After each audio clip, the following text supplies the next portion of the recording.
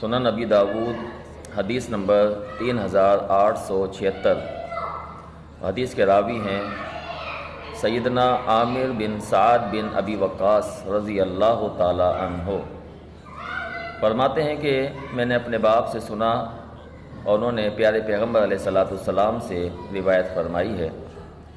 پیارے پیغمبر علیہ الصلاۃ والسلام فرماتے ہیں کہ جو شخص صبح عجوہ کھجور کے 7 دانے کھا لیتا ہے تو اسے اس دن نہ کوئی زہر نقصان دے گا اور نہ ہی کوئی جادو نقصان دے گا۔